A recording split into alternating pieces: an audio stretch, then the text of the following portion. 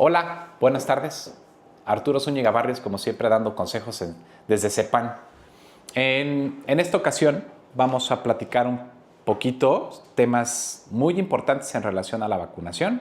Hablaremos también un poco de las enfermedades gastrointestinales en esta época de mucho calor. Y finalmente, cosas que han sucedido en sus escuelas, que seguramente ya todos están enterados, sobre los alimentos chatarra. Entonces, lo primero que vamos a hablar hoy, porque creo que es un tema que seguramente han estado escuchando mucho en las noticias, en la radio, en todos lados, es en relación a estas dos alertas epidemiológicas que tenemos con la Secretaría de Salud y las instituciones públicas. La primera y más alarmante es la contingencia que tenemos con tosferina. Tosferina es una bacteria que se previene gracias a la vacunación de la DPT. Es una vacuna que deben revisar en su cartilla nacional de vacunación y aparece así con esas siglas DPT. En la población pediátrica, las dosis contra la tosferina, la difteria y el tétanos se van aplicando de manera periódica a los 2, 4, 6 meses y el año y medio en una vacuna que se llama hexavalente. Y luego finalmente tendrán una última dosis a los 4 años de edad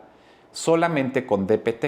Nada más que debemos recordar que la vacunación contra la difteria, la tosferina y el tétanos debe reforzarse con los años posteriores. Esto quiere decir que niños que tienen, por ejemplo, accidentes o adultos que tienen accidentes con las famosas cortaduras y que se exponen al óxido y estas cosas contaminantes de las heridas, pueden contraer infecciones del tétanos, por ejemplo. Entonces es cuando salen corriendo despavoridos a vacunarse contra el tétanos o la vacunación con DPT, ¿no? Entonces, pero no nada más son esas situaciones que nos obligan a vacunar.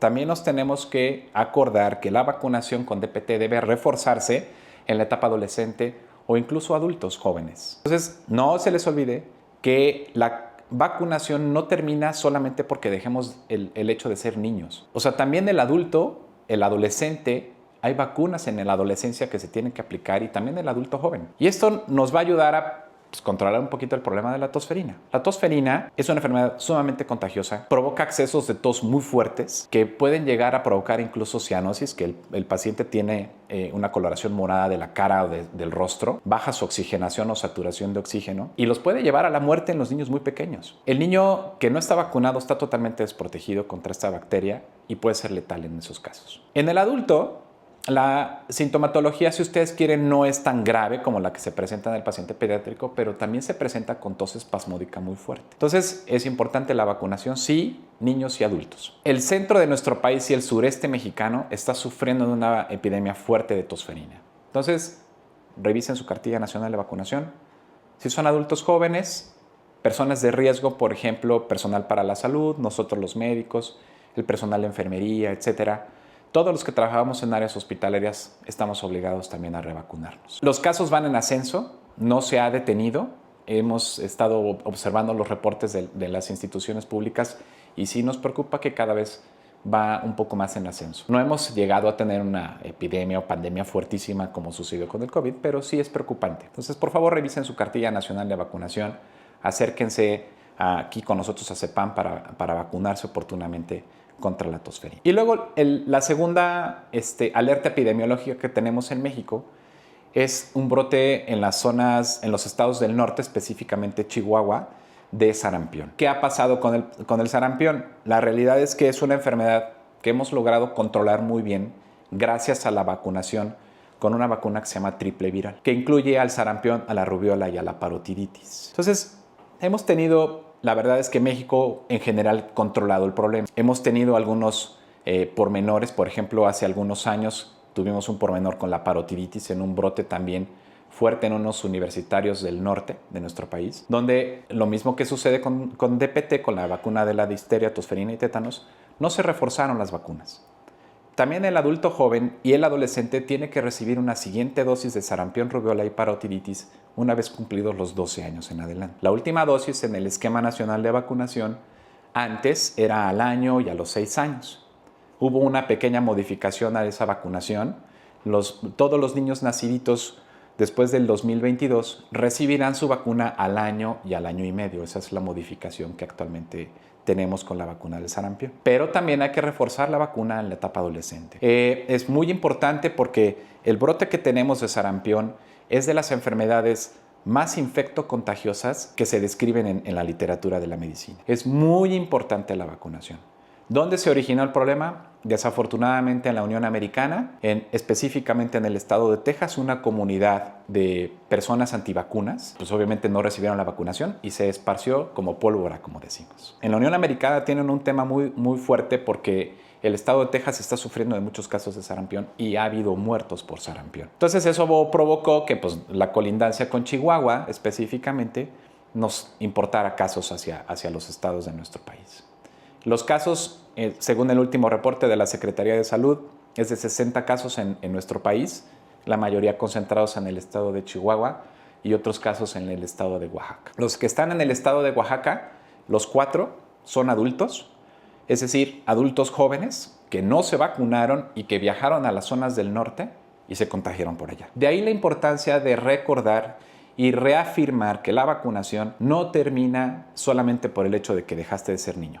Lo vuelvo a remarcar, es muy importante seguirse vacunando, revisar cuáles son las vacunas que nos tocan a nosotros, el adulto joven, personal de riesgo, lo mencionaba, o el adolescente. Entonces, eso es lo que le correspondería a nosotros en la pediatría, vigilar muy bien, que las vacunas con el adolescente estén colocadas de manera oportuna.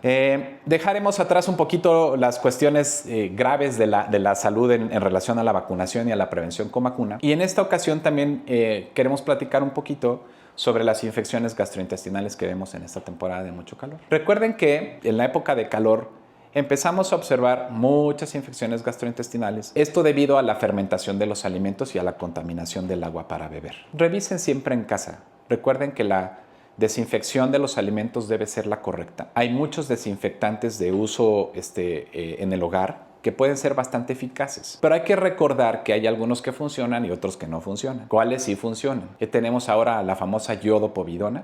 No voy a decir las marcas, pero bueno, vienen ya listas para prepararse en los alimentos. Es muy importante que el agua que utilicen, aún usando iodopovidona, debe ser agua para beber, no agua corriente o agua de la llave. Y cuando van a enjuagar las frutas o las verduras después de haberlas desinfectado, nuevamente hay que enjuagar con agua para beber, si no nuevamente se contaminan los alimentos. ¿Qué cosas no funcionan? El vinagre, el limón, el bicarbonato. Esos alimentos no desinfectan la comida, solamente propician que la persona crea que está desinfectado y te vas a enfermar del estómago. Entonces, revisen por favor cuáles son los desinfectantes que hay de uso comercial que están disponibles en todos los supermercados. Tengan precaución con el agua. Y también revisemos el agua que tenemos almacenada en nuestros hogares. Es decir, el tinaco y la cisterna deben estar limpios. Recuerden que desafortunadamente mucha del agua que llega a nuestros hogares no siempre llega con la mejor calidad. Entonces es importante revisar que nuestras áreas de almacenaje pues estén limpias, libres de animales, que estén perfectamente bien cubiertas para evitar que se llenen de hongos o caigan animales en el interior de nuestras cisternas o el tinaco. Esto favorecerá obviamente las infecciones desde tu casa.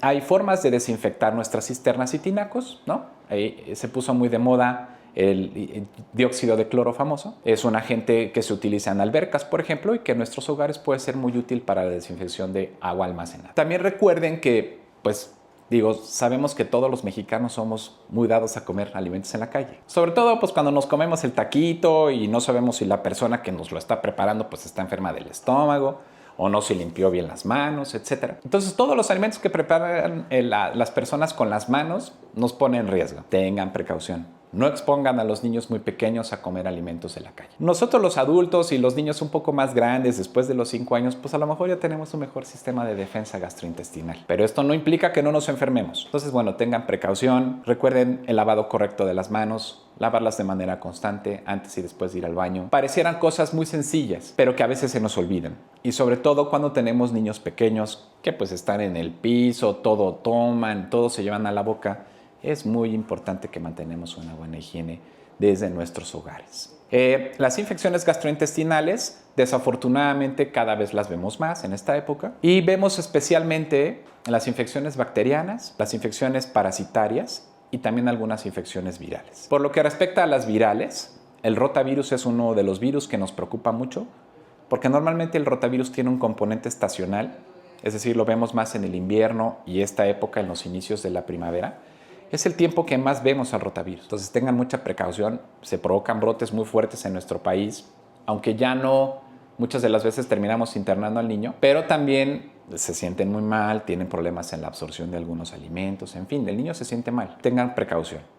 Las infecciones bacterianas y parasitarias se adquieren más por consumir alimentos contaminados o agua contaminada. El rotavirus es más por contacto directo con niños enfermos. Esto propicia brotes también a veces fuertes en las guarderías, por ejemplo, o algunos colegios, ¿no? Recuerden que no siempre vamos a desparasitar, no siempre vamos a dar un antibiótico. Un porcentaje muy alto de los problemas gastrointestinales obedecen a los problemas virales y el manejo casi siempre es sintomático. La hidratación siempre será como el punto más importante a destacar ante las infecciones gastrointestinales. Asegúrense de que su hijo beba la suficiente cantidad de agua y beba la suficiente cantidad de un suero de hidratación. Afortunadamente ahora los sueros de hidratación pues tenemos algunos con sabores, otros sin sabores, pero eso no asegura que el niño pueda beberlos un poquito mejor y no se peleen tanto en casa. Acérquense porque también hay que hacer ciertas modificaciones a la dieta. Hay alimentos que tenemos que evitar en el tiempo que estamos enfermos del estómago, porque hay nutrientes que no podemos absorber cuando estamos enfermos. Específicamente o más marcado, la leche y todos los derivados de la leche. Hacemos mucha intolerancia a los alimentos, específicamente a los lácteos. Esto dificulta a veces la nutrición, sobre todo en los niños muy pequeños, menores de 2 años, y sobre todo los menores de 1 año, que son alimentados la inmensa mayoría de las veces con alguna fórmula infantil. También recuerden que cuando deben acudir a urgencias, que eso también siempre nos gusta reforzarlo un poco. No siempre vamos a terminar en urgencias con algún niño, pero aquellos niños que tienen intolerancia oral, es decir, que no pueden tomarse los medicamentos aunque ya hayan venido a consulta, no siempre van a tolerar los alimentos o los medicamentos y entonces muchas de las veces el niño terminará en urgencias.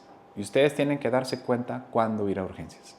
Intolerancia oral, que vomite todo el tiempo, o diarrea que vaya empeorando en lugar de mejorando.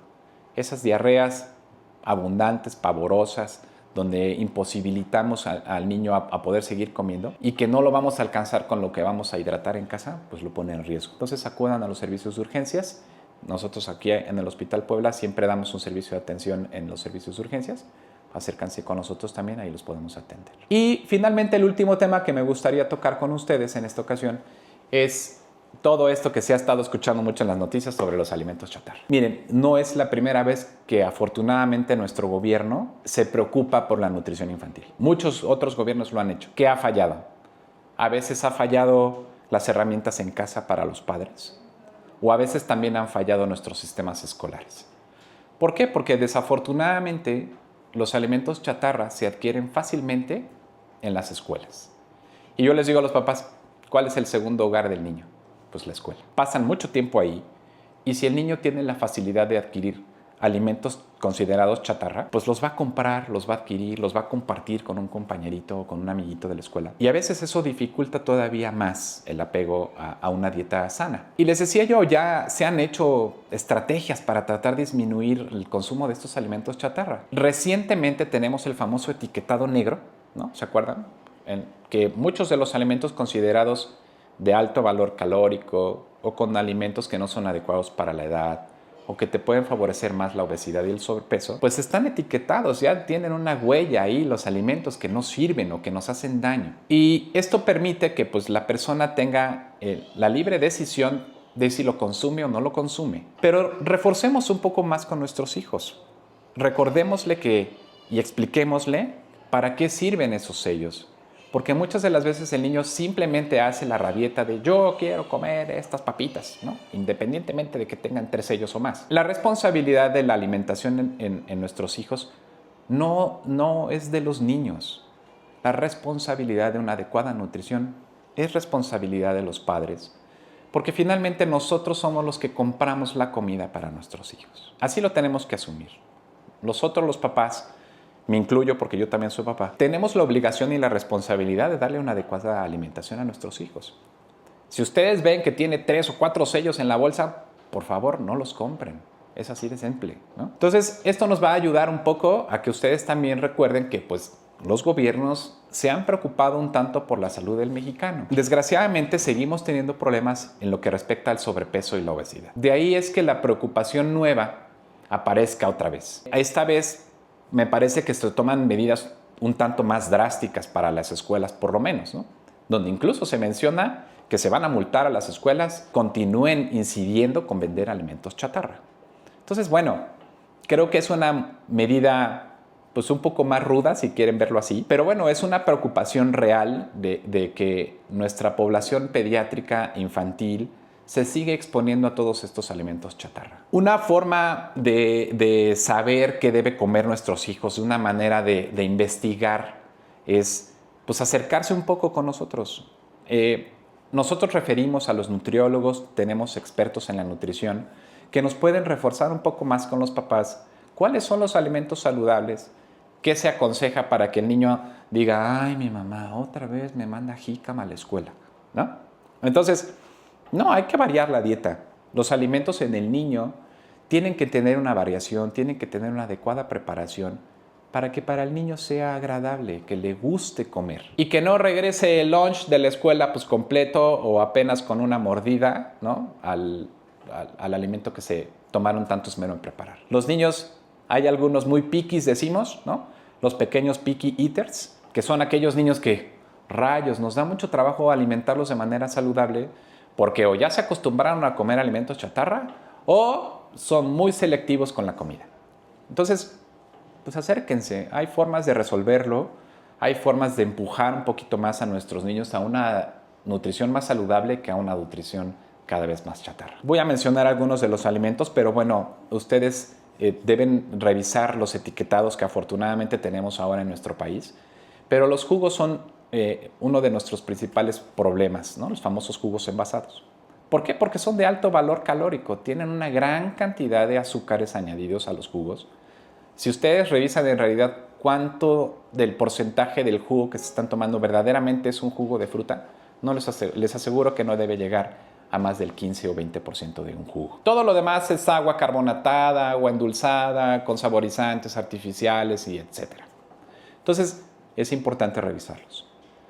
Los alimentos envasados en general y sobre todo las famosas conservas con azúcar y conservas con sal, pues nos aportan una gran cantidad de hidratos de carbono, es decir, de carbohidratos, o de sal. Y entonces esto nos expone a que seamos obesos o tengamos sobrepeso o que tengamos después en un futuro pues, problemas en nuestros riñones y problemas de hipertensión. No estoy prohibiendo los azúcares naturales, y tampoco estoy prohibiendo la sal, porque cuando nuestros pacientes vienen a consulta y muy en lo personal conmigo, a mí me gusta explicar que todos los alimentos en la nutrición de niños son importantes en la nutrición, sobre todo los primeros 5 años de vida del niño. Pero hay que tener cuidado cuáles son naturales, qué cantidad de sal debe consumir un niño, etcétera. Entonces, acérquense, hay información, hay nuevas recomendaciones. Hace un tiempo platiqué un poquito sobre qué modificaciones habíamos tenido en el famosísimo plato del buen comer y qué ha seguido pasando, cuáles son nuestras nuevas reglas y nuestras nuevas recomendaciones en relación a la nutrición. Pues sin más por el momento, me da gusto saludarlos a todos en las redes. Acuérdense de venir a CEPAN. Soy el doctor Arturo Zúñiga, médico pediatra de CEPAN. Gusto saludarlos como siempre y les envío un fuerte abrazo.